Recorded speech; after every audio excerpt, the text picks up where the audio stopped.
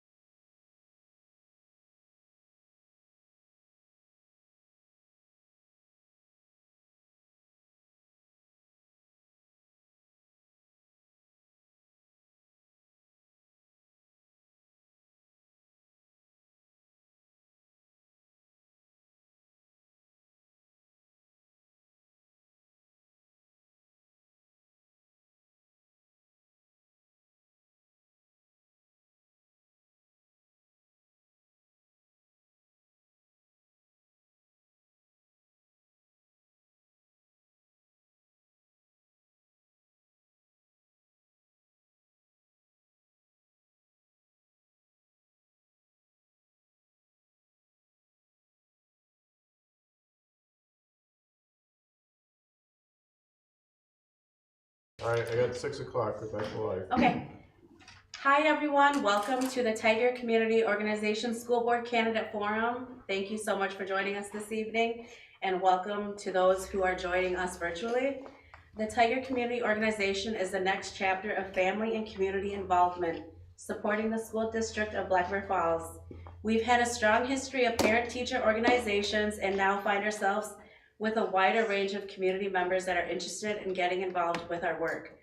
The mission of the TCO is to create and sustain an effort to support Tiger students, staff, and families through volunteerism, school and teacher support, as well as fundraising. The goals of the TCO are to promote volunteerism in our schools, showing support for the goals of the TCO. Okay, you got this. Okay. Yeah. Okay. I think we're good. The goals of the TCO are to promote volunteerism in our schools, showing support for our educators and our schools, and assisting to coordinate fundraising events. These are some of the activities that the TCO sponsors throughout the year. The Tiger Tree at Christmas time, homecoming spirit sales, providing a meal for the Bruce Mound Family Night event, and hosting School Board Candidate forums. We would love to see you at our next meeting. Meetings are held the third Wednesday of every month at 6 p.m. right here in the high school LMC. Tonight, we're happy to welcome the 4 candidates for the Black River Falls School Board. Here is the evening's format for the forum. Candidates will be given 2 minutes initially each to introduce themselves. It has been determined that questions need to be applicable to all candidates. Questions will be drawn randomly. The first speaker to respond will be rotated throughout the forum. Candidates will be given 1 minute each to answer the posed question. The timer, me, will raise their hand when the candidate has 10 seconds left in the response time. When the candidate's response time is run out, they will be thanked for their answer when we move on to the next candidate.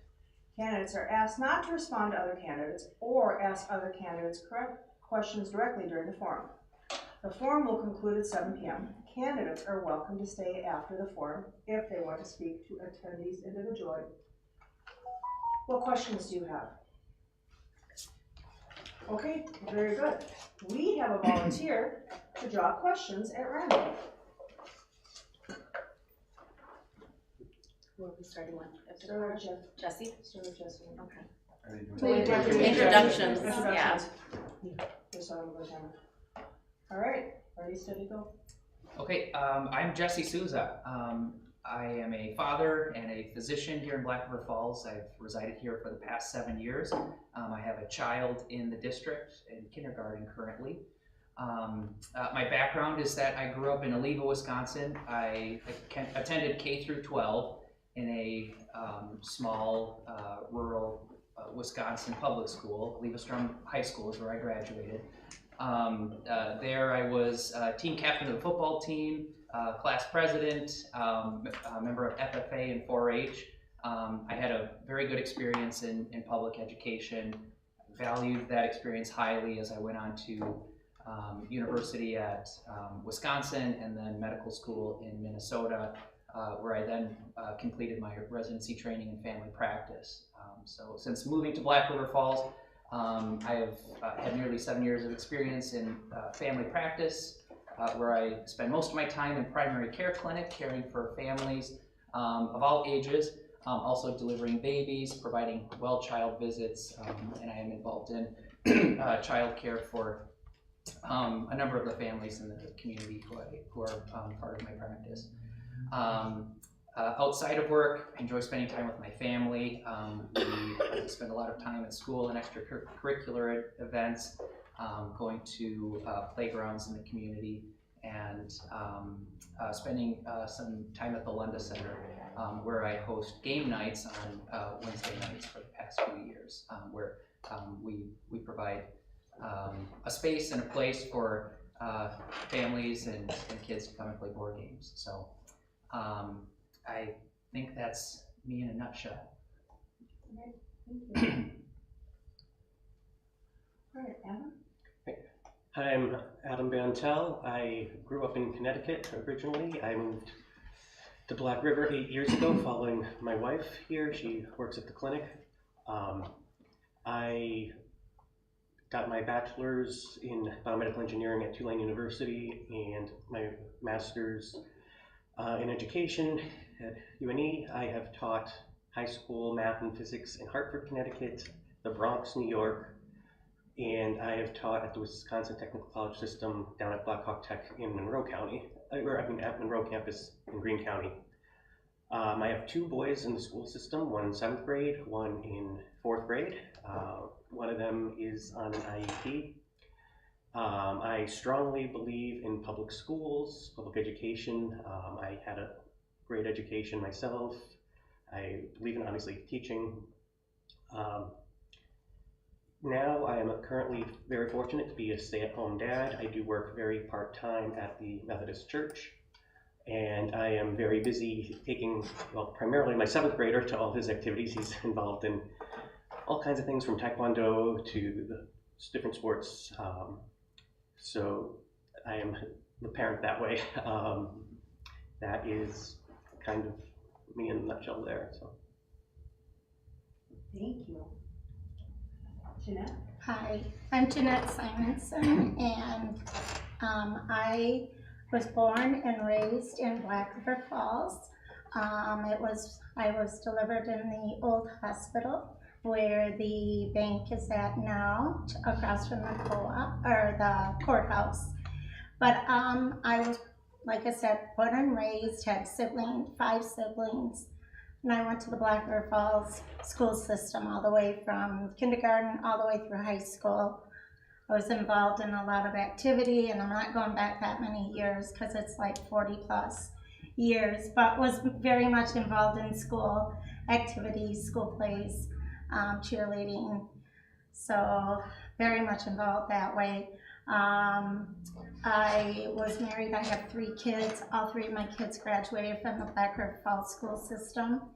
And they are all married with spouses who, 2 out of the 3 came from Black River Falls school system.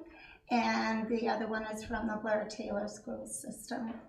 I have 8 grandkids, and I have 2 grandkids right now currently in the Black River Falls school system, 8th and 11th, and I attend a lot of their activities. And I am very much a retired RN after 26 years of working as a nurse. I worked at the hospital here for 23 years. I worked at Ho Chunk Healthcare for 3 years. And I loved every aspect of my job, taking care of patients, working alongside physicians, and just being there for the families. And today I am retired. I take care of grandkids in Eau Claire. I take care of grandkids in Hawaii. And I spend a lot of involvement in my church with the youth program. So that is who I am. Thanks, Jeanette.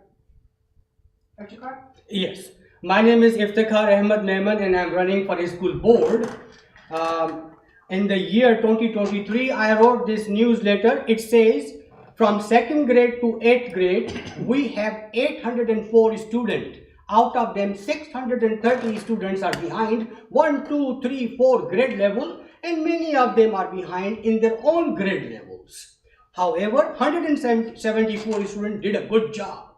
In the year 2024, I wrote another newsletter. It says from 2nd grade to 8th grade, we have a 771 students. Out of them, 597 students are behind 1, 2, 3, 4 grade level. However, 173 students did a good job, and we glorify them. And then when these students goes to this high school, DPI says 2022-23 high school failed, Black River Falls. And then 23-24 DPI says high school failed once again. And then 24-25, exactly 3 months ago, DPI says high school failed. Therefore, I am running for school board to help every student to be successful. Thank you so very much for listening my message. Thanks, Dr. Carr. All right, who will be answering questions? I have a volunteer for questions. Thank you. Do you want to read it? Oh. What will you do to, and this is for Jesse, we're starting it. What will you do to ensure a diverse, equitable, and inclusive environment is maintained in our district? So ultimately what that would come down to in my role as a member of the Board of Education would be voting for policy that promotes that kind of inclusion, especially the policies that kind of demote anything that might be a barrier to that. You know, for better or worse, I would find that, you know, a board of directors outside of policy are not directly involved in the implementation of efforts to help to improve those areas. But that being said, that does not preclude someone like me from doing those kind of efforts outside of my role as a Board of Education member. And I would find that anybody who is involved in the district, whether it's Board of Education, administration, teachers, and families, are all responsible for that. Thank you. Is that answering it or? Okay. So it's Adam? Okay. So yeah, similar to what Jesse said, we have to look at what our particular job descriptions are. As a Board of Ed member, we're not mitigating it or telling every person in the classroom, but we need to give the teachers all the support they can have. My big thing, we all have to work together in our own roles. The teachers are responsible for their classrooms, the principals are responsible for their schools. We're responsible for the district at large as a Board of Ed. We vote policies and things would go through. Ultimately, things obviously do come back to us, but in terms of creating that in each individual classroom, that is a teacher thing. Support the teachers for sure. If they have concerns, and say, look, this is not working, can we have this or try this? That's where we would be able to step in and hopefully provide resources to allow that. But it's certainly an important topic and something that does need to be addressed, and I think we all are in the same agreement that we have to all be proactive. So it does come down to, as a member of the Board of Education, having policies that support the inclusion and equalization of every student within the district. And it is technically everybody's role, whether it's what role you're on, because outside of the board, we're grandparents, we're community members. So it is all of our responsibility to see that this is happening. And I think in the school system itself, that is totally, each school has the ability to set that policy in place. And I believe it's very important that every child has the equal education.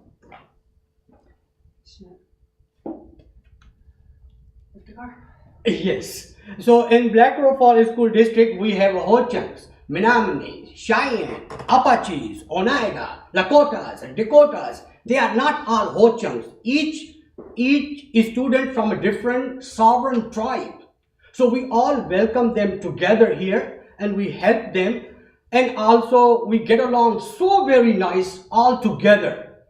Majority Caucasians and also Native Americans. But time to time we do have some incident when some people make fun of the Native American dances and their cultural things. We pin down that thing on the spot within no time.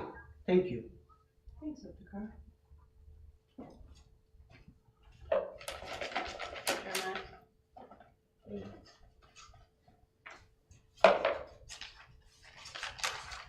I'm starting with Adam. Okay. Okay, this one's two-part question. According to the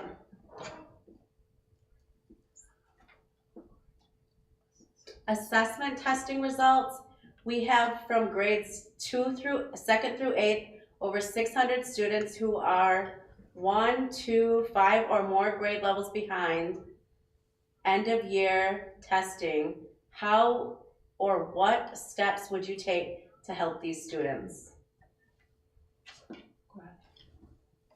Okay, so obviously the biggest thing is that we have to scaffold up, scaffolding period.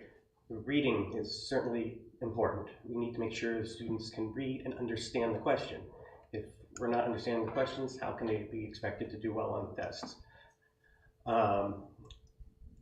Report card is certainly concerning. I'm seeing some of them. One of the things I'm focusing on is I do want to recognize those who do well, and our elementary schools are performing better. But sure, there needs to be work, and we need to really support reading. Obviously, family interaction support at home is very important. Policies to try to just get teachers and home parents to work together, make sure they're reading in particular, and other subjects there.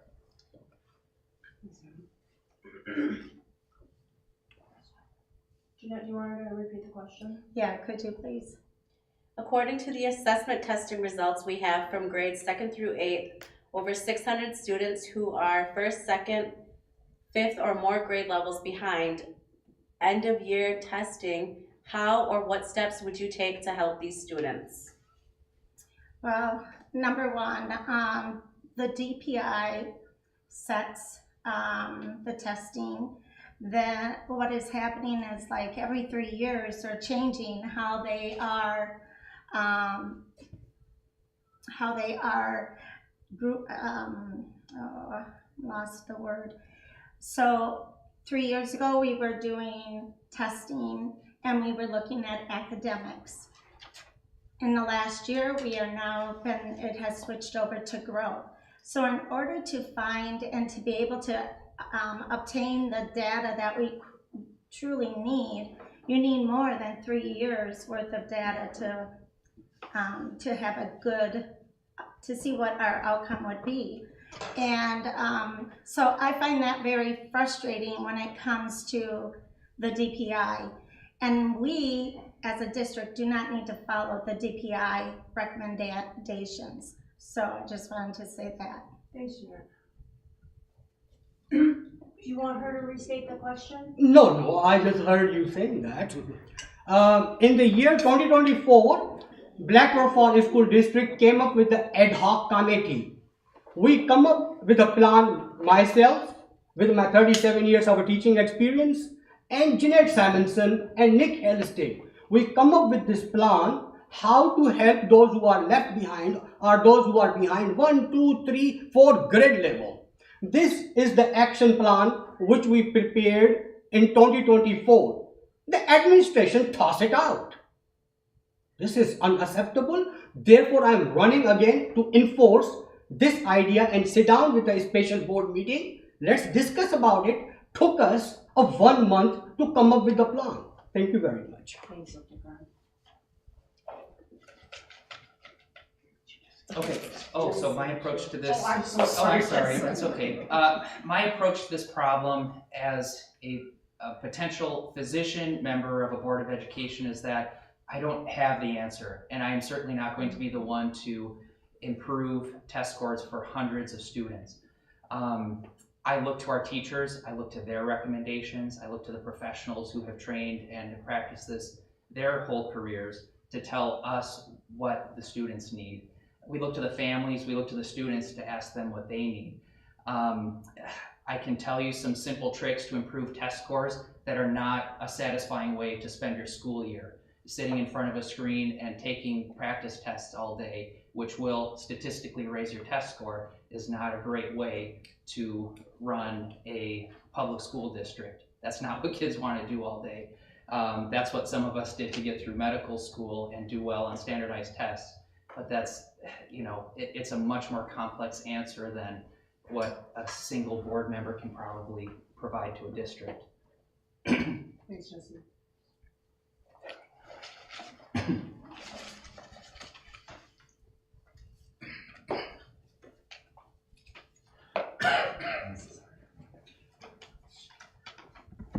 All right, Jeanette, we'll start with you. Okay. With everything that's going on in the world, how do you hope to stay centered on the children, staff, and families?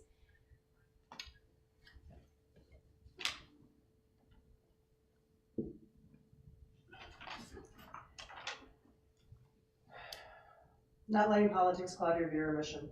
With everything that's going on in the world, how do you hope to stay centered on the children, staff, and families, and not letting politics cloud your view or mission?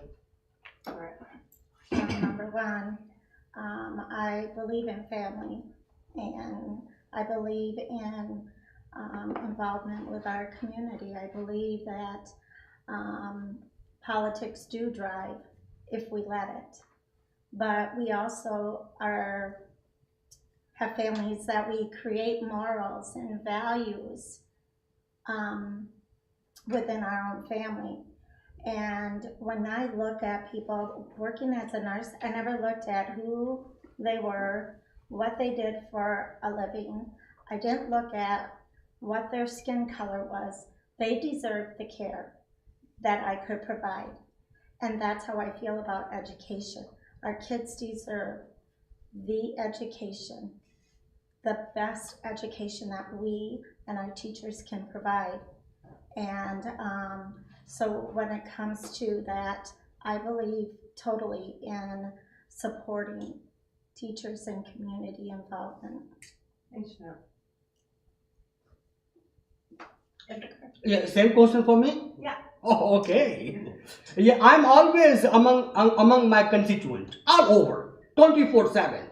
Public libraries and streets and the houses and the invitation from Republican people and Democratic people, for independent people, I go enjoy a cup of tea and coffee with them because I'm non-partisan. Come together and help the young one from first grade all the way to 12th grade.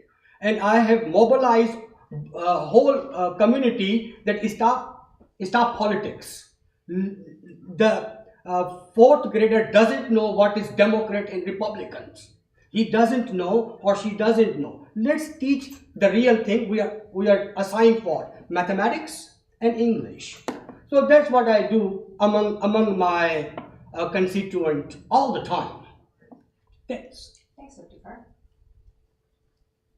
So I hope that an organization like a school district can be a unifying organization for a community, because we have so many shared interests, and that's really what I'm interested in unlocking, is finding those shared interests among different groups, different community members. And we do tend to find that kids, especially students, are those shared interests. We may differ on the way that we talk about things in our own homes and our beliefs, and especially, you know, the TV channel that we turn on or the news source that we're getting our information from. But when it comes down to it, I think we are going to be able to find a lot of positive energy when we think about the shared needs of our students. And if we identify those and focus on those values first, we'll do well. Thanks, Jesse. Could you just go over the questions? Sure. It's felt like we're starting to switch. It's more of we're trying to keep it away from us, or out from influencing us? Was that... Everything that's going on in the world, how do you hope to stay centered on the children, staff, and families? Okay. Yeah. So sounds like basically self-care for ourselves, and just how do we avoid the burnout? Obviously, if we are doing our jobs properly and responsibly, we are going to have amazing headaches, a lot of research, etc. It's not just the once a month meeting. So how do we focus on ourselves? Just make sure we keep our routine, try to stay healthy. That's what I keep doing. I'll keep going what I'm trying to do. As for things from outside going into the classrooms, kids are going to have access to things. Again, policy has to be to get schools to leave certain issues at the door, perhaps, and we're focusing on our subject in the room. But yeah, we're all impacted. I mean, we're all, what's the word I'm looking for? We're all influenced by outside factors, and this is just, we need to come together. That we all agree on the same things. We're all here because we care about the kids. So as long as we focus on that, whether we're teachers, board people, focus on those kids. So.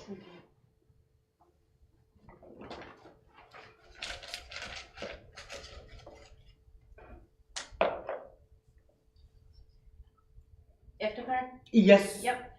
What ideas do you have to improve the attendance rates? We have a policy 5200.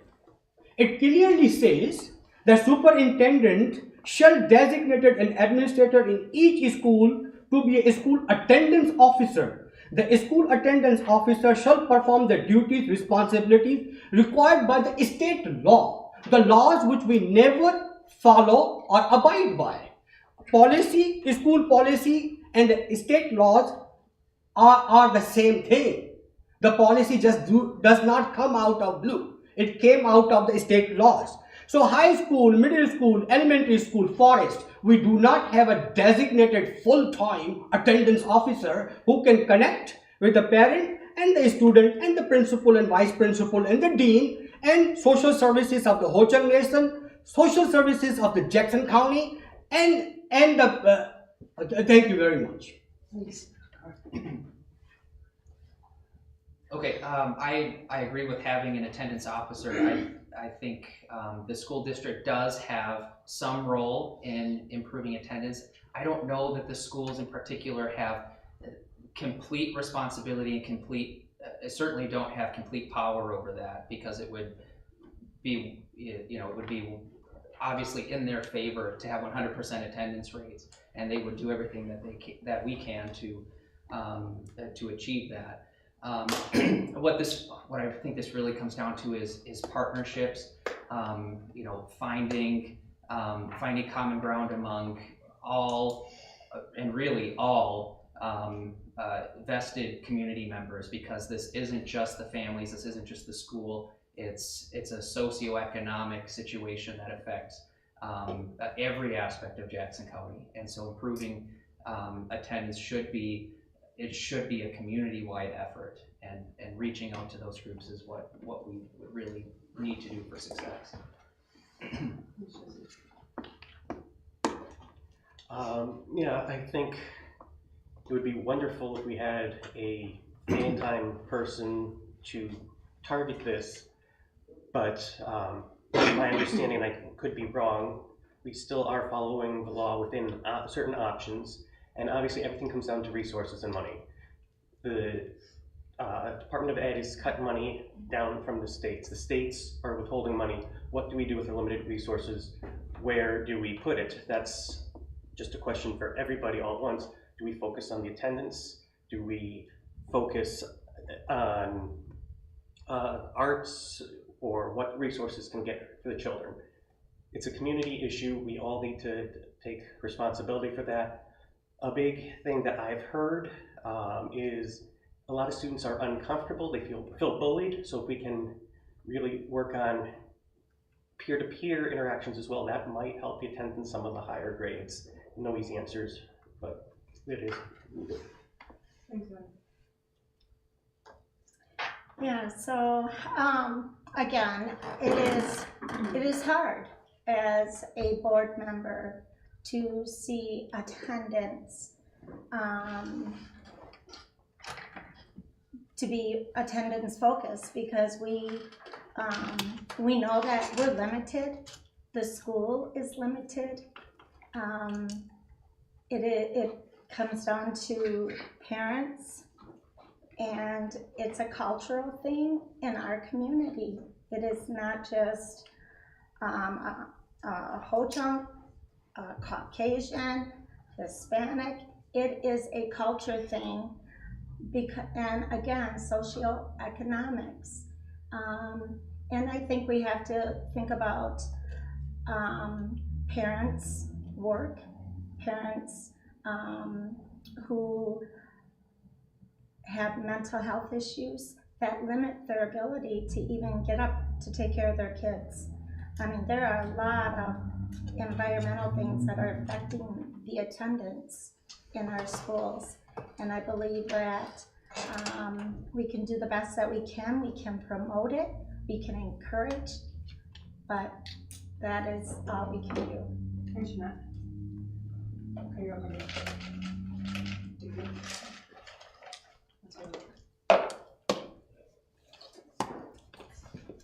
And we're starting with Jessie. How the districts can better support teachers, students, and families in closing learning gaps. I really look to the teachers for that one. They're going to provide us with the information we need to reach our students and our families in the best way. Again, I I look to, I look to the information provided by our experts. Our educators are really our leaders. And as a member of the board of directors, it would be my goal to try to limit barriers for them to doing that, to provide them with clear policy and clear direction, and to trust them with their requests and direction. Yeah, I think Jesse said it really well. I mean, the teachers are the frontline individuals, the support staff, the aides. Listening to them, what they need, support them. They shouldn't feel like they're on their own. They should feel comfortable talking to the school principals, and then have school principals bringing things to the board, whatever's needed. Let teachers teach. Everyone's just got to work together in their roles, and we provide whatever support we can. And if something seems like it's really going the wrong way, then we step in and say, this policy is obviously not working, let's adjust this. But again, as a board, it's policy. Other people are actually carrying it out, and they're the experts and the trained people and the ones with them. So. Can you just read that again? Sure. How the district can better support teachers, students, and families in closing learning gaps. I believe at our what I used to teacher parent conferences, I believe that is one of the first steps is gathering and ensuring that our parents are involved in the child's education just as much, encouraging that involvement at the parent-teacher level. But when it comes to our teachers, they are the front line. They are the ones that work every day, and they know the things that they need, and things that are working for kids and things that are not. And I think that's important to hear their voices, even when they have been at our board meetings, listening to them, what program has worked for them in the past and what one has not. I think that as a board, listening to what their needs are and what is working and what is not working in their classroom is a huge thing. And that is how I feel we can help bridge that gap between the school district, the teachers, the parents, family, community. Me, our teacher and the parents already connected on the phone, on the email, and teacher-parent conference. That is already intact. That system is perfectly keep going. Why our schools are failing? Why we are the bottom of the barrel? Because we do not listen to our more than 100 teachers who are the teaching force, who can bring the change. Not the board members. Board member attend a meeting 2 hours a month, yay, nay, game over. It is not us. It is the teachers are the real backbone of this school district. They can help us if they ever reach out to us, somebody micromanaging them, and that is not acceptable. Therefore, I'm running for this office. Thanks. Thank you. Yeah.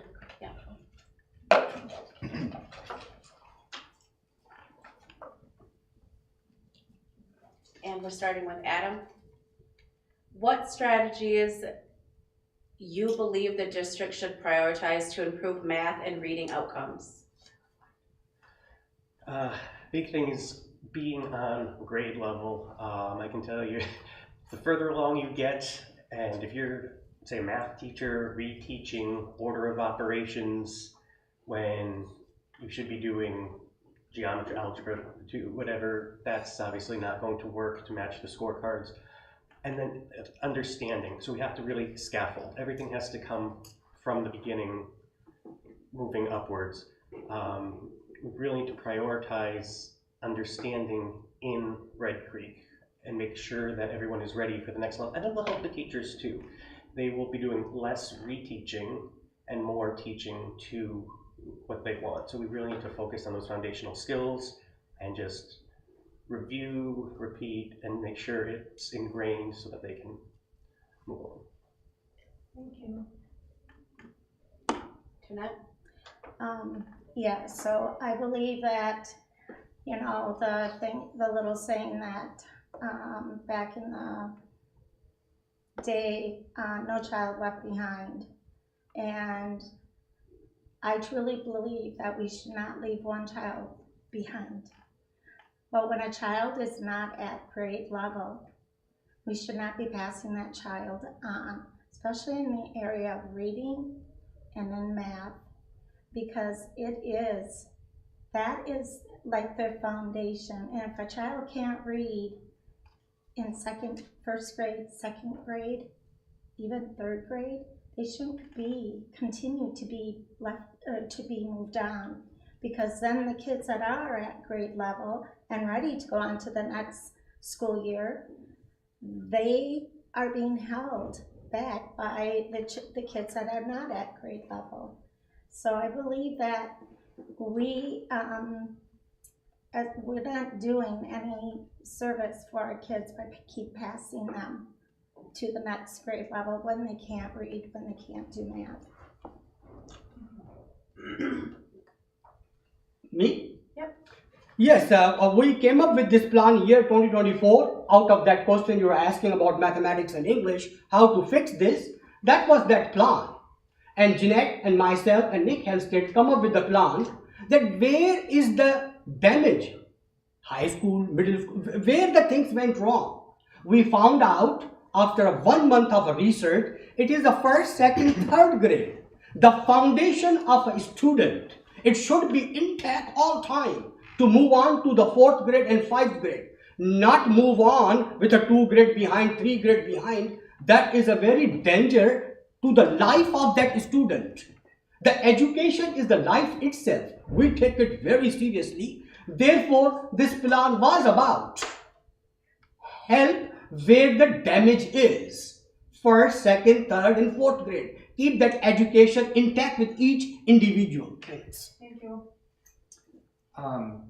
So I guess I have to start by saying that I believe that our teachers at Forest Street and Red Creek are currently following good policy, and they care a lot for the well-being of our students. And they would not be, I guess, passing students or not to the next grade level unless they felt that was the best thing for the student. And so that just is, you know, a summary to say that I believe our schools are already doing the best thing for the students. Whatever policies are in place to keep students moving along should remain in place. But that being said, improvements can likely best be made in very early child development. I think a lot of that happens even before entry into 4K.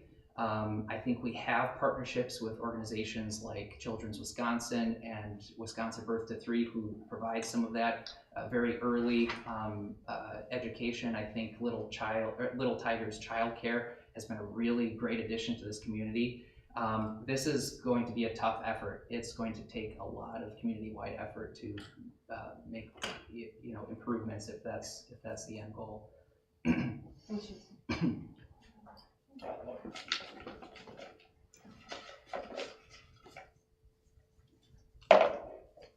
And Jeanette, we're starting with you.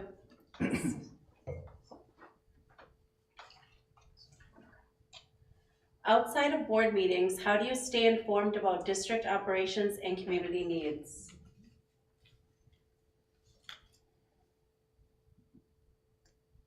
I listen to the people in the community, the constituents who vote us. I hear what they have to say, their concerns. I am involved in my church. I've had people talk to me there.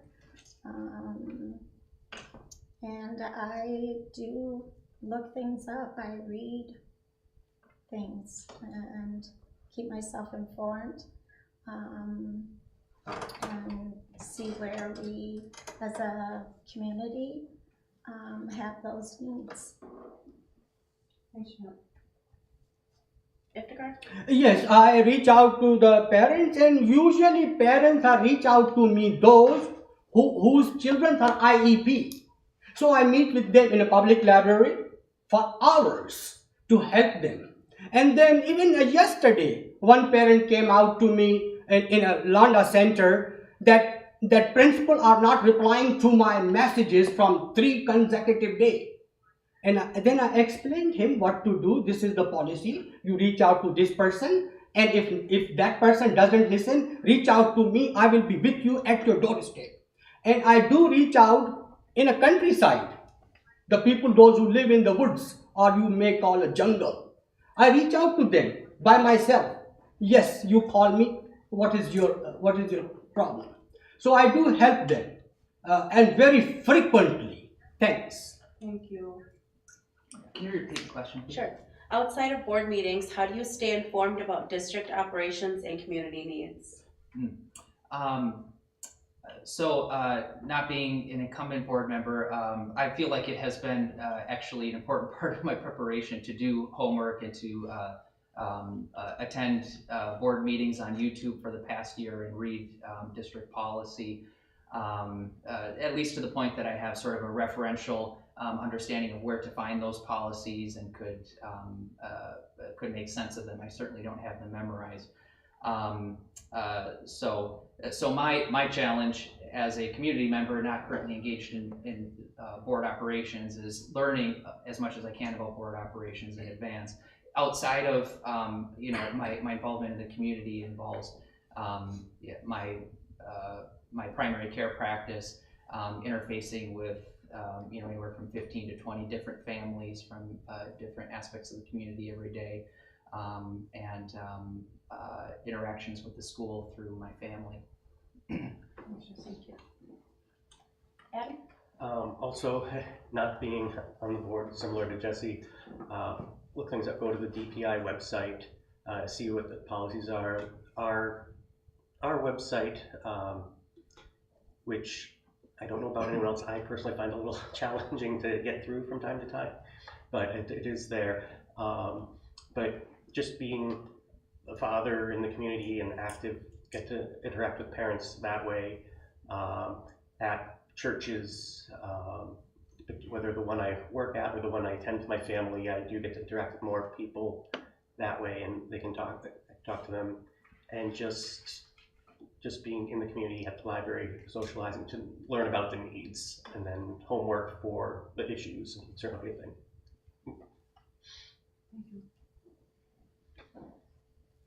Yeah, we start.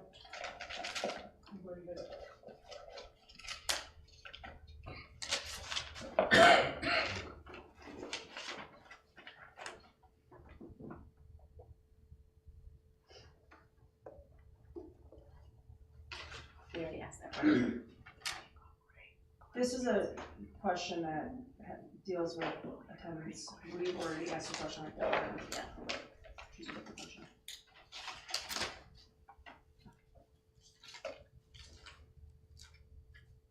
Okay, we're starting with Iftikhar. Yes. How do you see responsibility for student attendance and academic success being shared among the district parents and students?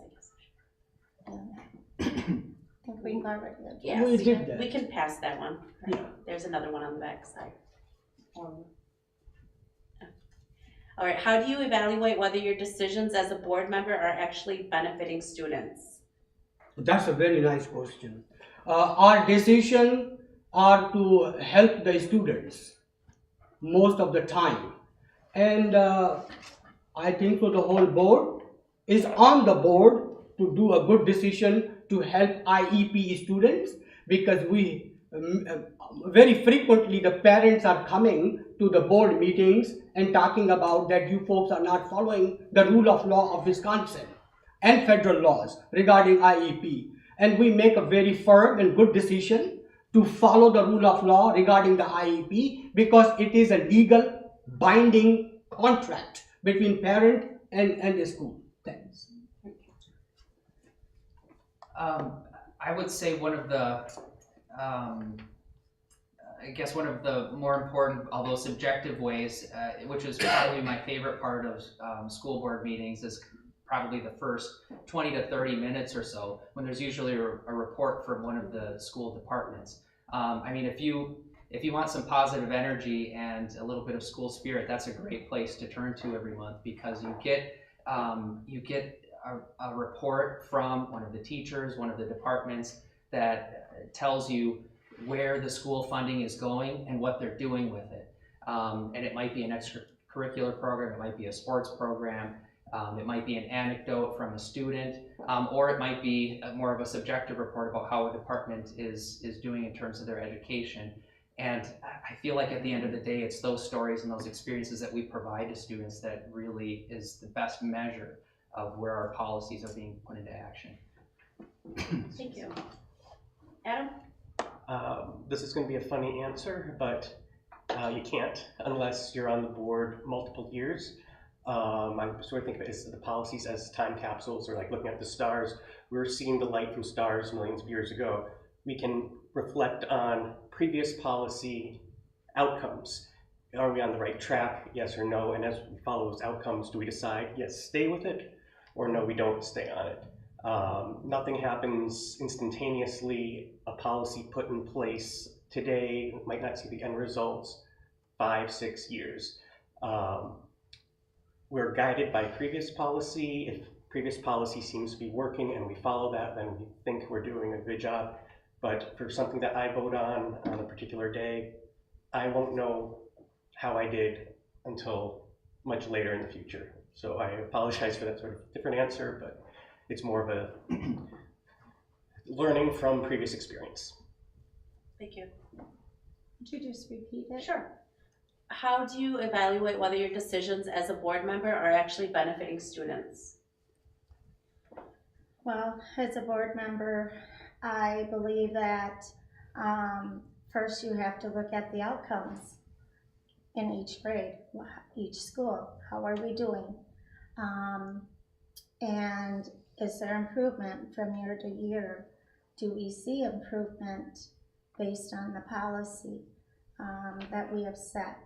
And I have to know that when I leave my board meeting, and after listening to the teachers, that the decisions that we make as a board have to be the best decisions set forth, to know that we are doing what is right and the best that we can for each of our students. Sometimes you don't get your way, and that's okay, but it's about working and doing what is right for our kids.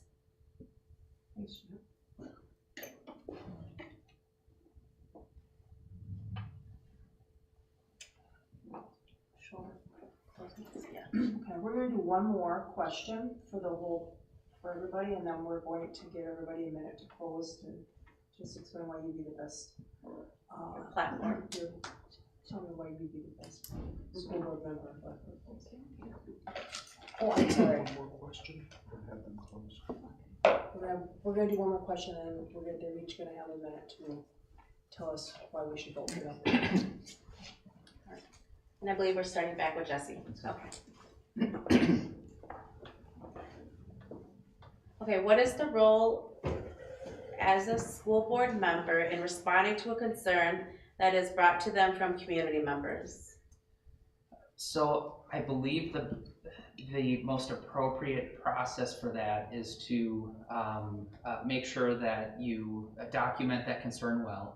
So if it comes in the form of an email, that email can be shared with other board members and the administrative members of the school district who are involved with the Board of Education, so that each of those are treated fairly through the usual process. If it's brought to me by word of mouth or by some other means, one of my most important professional roles is documenting complaints or concerns. So that is the first thing that I would do. I would make sure that we have good documentation that gets passed along the correct channels and addressed in a fair way by the board. Thanks, Jesse. Yeah, I think Jesse answered it pretty well. Want to make sure it's documented so that it's there for the record, and make sure everybody on the team is aware of it and can be addressed together. A board is a board. It's not a one-person choice. It's a panel and a group decision on how things are addressed. So again, it would take a little bit of time, and the whole board would need to address said issue and proceed as it sees fit. So, in the past, what I have done is I've connected with, the board president, to ask if they feel that it is something that we as a board need to bring forth for discussion. If not, then and I usually include, Dr. Severson in that email. And as a board, we can't just email every board member what is happening, because you have to stay in a quorum. You can't go over, like 4 would be a quorum. So that would be breaking policy. And so you start with, I go to the board president, and from there, he decides how it should be. And then Dr. Severson is included on some of those minutes. Thank you. Please repeat the question. Sure. What is the role of the school board member in responding to a concern that is brought to them from community members? Yes, we reach out to the president, like the constituent reach out to us in our neighborhood and wherever we go, Walmart, Tyson, Burger King, Quick Trip gas station, wherever we go, we meet people very frequently. They absolutely told me 1 million times, no increasing the property tax. And I go like, I'm your voice. I will let the president know, no more property tax. So this is what we do, and especially what I do. Whatever I listen from my constituent, I deliver to my president of the school board. Thank you.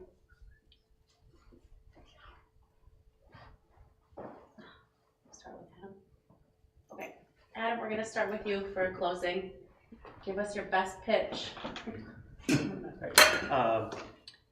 Well, I would be a slightly new voice as someone running for the first time.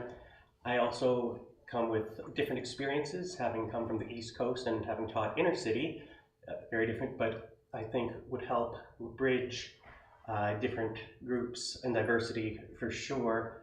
I really believe in cohesion, team effort, community. I want to get everyone together, teachers, bus drivers, support staff, everybody within the school system, substitute teachers, parents. We're all working together, we're all here, we're all watching this because we all care about the kids. So the best bet is to just get everyone together and speak calmly, rationally. Let's not fight, but listen to each other respectfully and have a good discourse. Try to keep things running smoothly. And my time's up, okay. Jeanette? So the reason I ran for the first time was because I have a grandkid who has an IEP, and I have a granddaughter who has a 504.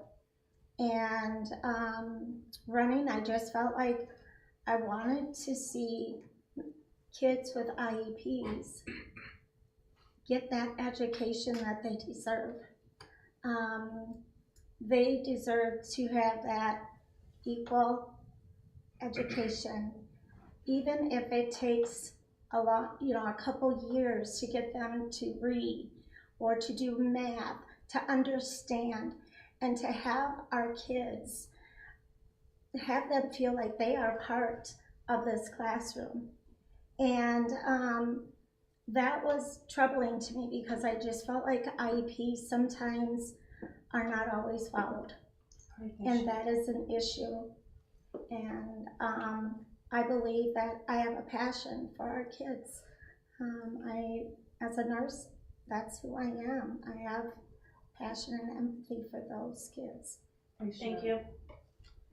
Iftikhar? Oh, me too? Okay, so as you folks know that we have 630 students behind. Oh, no. From 2nd grade to 12th grade, we have a 909 students behind. I'm running for this office to help them, to give them what they deserve. And number 2 point is, our school budget is of year 25-26 is $24 million and 500,000, and the extra 500,000 coming from a governor who signed some bill for 400 years. So all together $25 million to run a small school in a countryside. This is not a Madison, Wisconsin or Milwaukee. So this money is way too much. We should have a surplus. Therefore, in my card, it says, use your money wisely. Thank you. Thank you. Jesse? So my goal as a member of the Board of Education is to bring as much positive energy to the district as I can. I want to support our staff, our administration, our teachers, and most importantly, our students. We have a challenge in front of us to remain operational at the level that we have up to this point, and that is a primary goal of mine. In order to do that, our administration is going to need clear direction. Our board of directors are going to have to be good parliamentarians and run very well organized meetings and provide direction to this district in a way that best supports those students in their education. And we're going to do that in the most positive way possible by getting the community to rally around the situation. Thank you.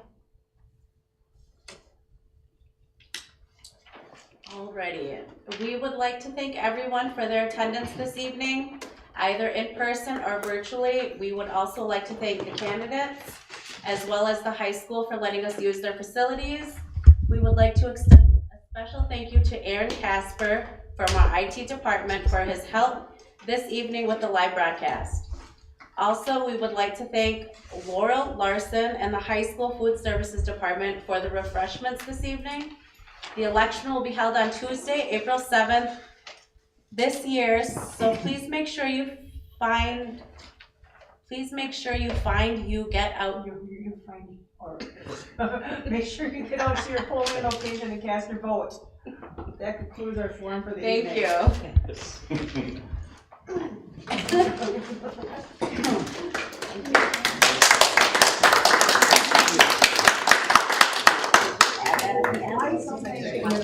Dr. Jeff, nice